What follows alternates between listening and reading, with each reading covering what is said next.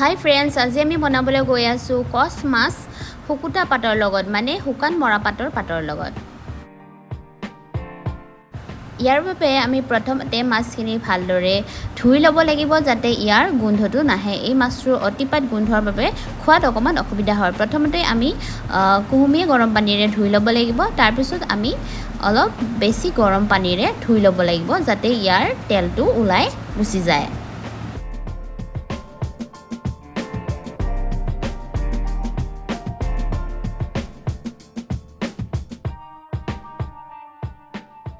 দুই বা 3 মিনিট সময় গৰম পানীত থোৱাৰ পিছত আমি এই মাছখিনি এখন চালনী বা খৰাহিত উলিয়াই ল'ব লাগিব।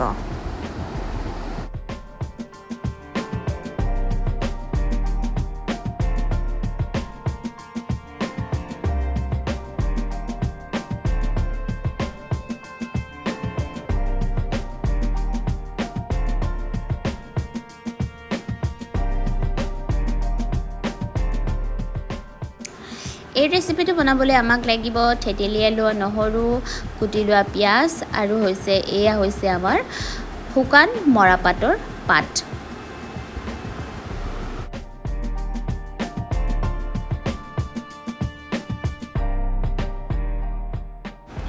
আৰু আমাক লাগিব অলপ ভীমকলৰ খাৰ। এয়া হৈছে তিয়াই থোৱা চাউল আৰু আমাক লাগিব অলপ নিমখ আৰু হালধি। এতিয়া আমি তিয়াই থোৱা চাউলখিনি খুন্দি ল'ব লাগিব। অলপ বেছিকৈ মিহি কৰিব নালাগে, অলপ কম মিহি কৰিলে হৈ যাব। এয়া হৈছে খুন্দি লোৱা চাউলখিনি। এয়া আমি কেৰাহীত তেল দি লৈছোঁ। যিহেতু আমি খাৰৰ তৰকাৰী বনাম গতিকে আমি তেল বহুত কম পৰিমাণে দিব লাগিব।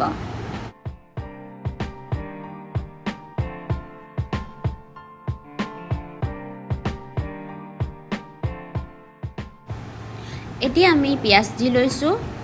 পিঁয়াজখিনি দি অলপ লৰাই থাকিব লাগিব।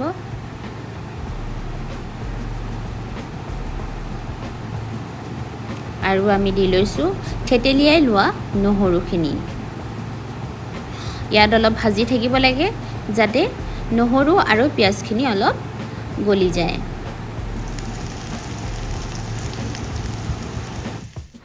এতিয়া আমি দিম আলু আৰু অলপ ভাজি ল'ম। ইয়াৰ পিছতে আমি দিম অলপ হালধি আৰু নিমখখিনি দি আমি অলপ ভালকৈ লৰাই ল'ম যাতে গোটেইখিনিতে লাগি যায়। ইয়াৰ পিছতে আমি দিম পানী। আমি গৰম পানী দি লৈছোঁ যাতে সোনকালে আমাৰ তৰকাৰীখিনি হৈ যায়।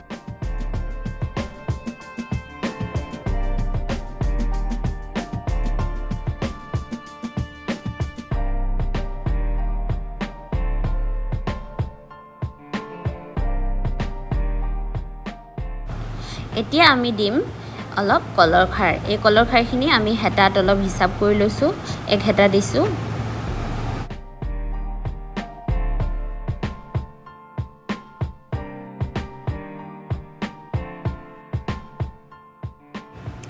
এয়া চাওক তৰকাৰীখিনি বহুত ধুনীয়াকৈ উতলিবলৈ ধৰিছে আৰু এতিয়া আমি দি দিম আমাৰ মাছখিনি এনেকৈ আমি দি দিম।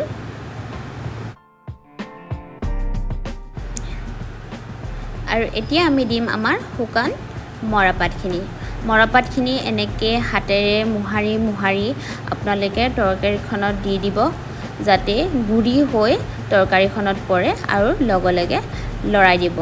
এতিয়া দিব লাগিব আমাৰ পিঠাগুড়িখিনি ধুনীয়াকৈ দি দিব ওপৰৰ পৰা আৰু হেতাৰে লৰাই দিব। এতিয়া পিঠাগুড়ি দিয়াৰ পিছত যিহেতু তৰকাৰীখন ওপৰলৈ ওফন্দি উঠিব আপোনালোকে লৰাই থাকিব লাগিব। অলপ শুকান জালুক আৰু জলকীয়া লৈছোঁ আৰু এই জলকীয়া আৰু জালুকখিনি আমি তৰকাৰীখনত দি দিম। পিঠাগুড়ি দিয়াৰ পিছত লাহে আমাৰ তৰকাৰীখন গাঢ় হ'বলৈ ধৰিব আৰু আপোনালোকে হেতাৰে লৰাই থাকিব যাতে তলত লাগি নধৰে। এয়া চাওক ফাইনেলি আমাৰ তৰকাৰীখন হৈ গৈছে।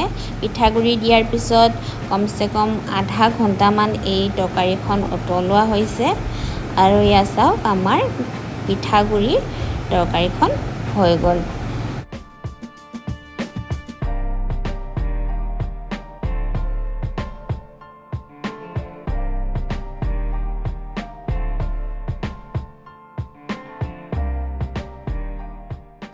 এই তৰকাৰীখন খাবলৈ যে ইমান সোৱাদ হৈছিলে বন্ধুসকল আপোনালোকেও ঘৰত এই তৰকাৰীখন বনাই খাই চাবচোন।